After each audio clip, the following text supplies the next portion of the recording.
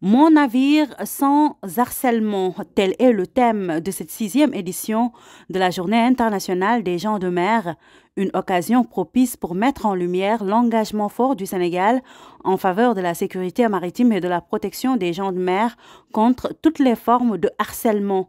C'est dans cette dynamique que l'Agence nationale des affaires maritimes ANAM a développé Galgui, une application innovante visant à préserver les droits fondamentaux des gens de mer. À bord des navires, il est interdit d'harceler, que ce soit un harcèlement physique, moral ou sexiste. Nous avons créé une application. L'Agence nationale des affaires maritimes a créé une application. Et sur cette application, chaque gens de mer, chaque marin a la possibilité de parler, a la possibilité d'écrire et d'expliquer comment il a été harcelé. Et dans la minute même, le jour même, l'Agence nationale des affaires maritimes pourra traiter sa demande. Donc l'idée, c'est qu'il y ait zéro harcèlement. Tout cas d'harcèlement sera puni. Cette application concerne aussi bien les marins et les armateurs. Mon navire, même si le navire est la propriété de l'armateur, il en est de même, demeure au moins le principal outil de travail du commandant ou capitaine et des membres de l'équipage. Ces derniers ont la charge de son exploitation rentable et surtout la responsabilité de son entretien. En tant que nation maritime bordant l'Atlantique, le Sénégal ne cesse de renforcer son dispositif institutionnel et juridique pour garantir une navigation sûre et durable.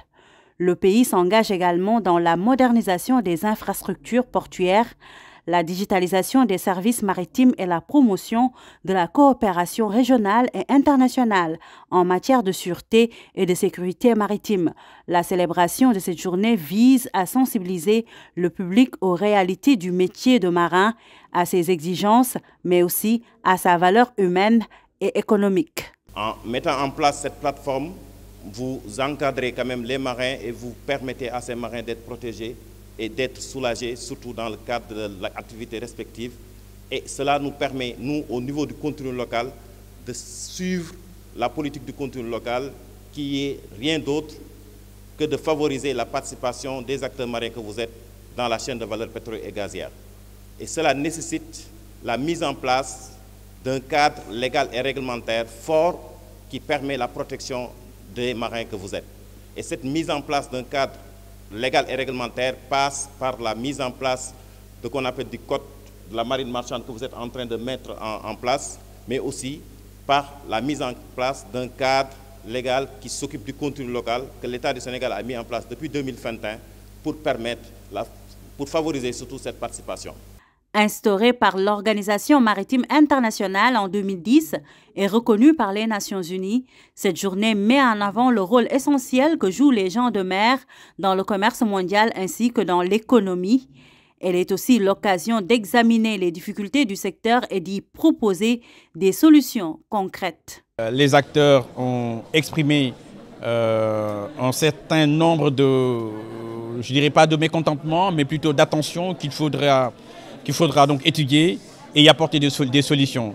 On peut parler donc des certificats donc qu'il faudra régler, le cas des certificats et des brevets. Donc ça, on va travailler, les informaticiens sont d'arrache-pied là-dessus pour pouvoir nous proposer une application logicielle afin de livrer ces brevets en temps et en heure. Bien plus qu'une simple célébration, la journée des gens de mer est un appel à l'action. Il s'agit de transformer la culture maritime pour que chaque marin se sente en sécurité, valorisé et protégé. Une opportunité saisie par l'ANAM pour rendre hommage aux acteurs clés qui contribuent à rendre ce secteur dynamique et rentable.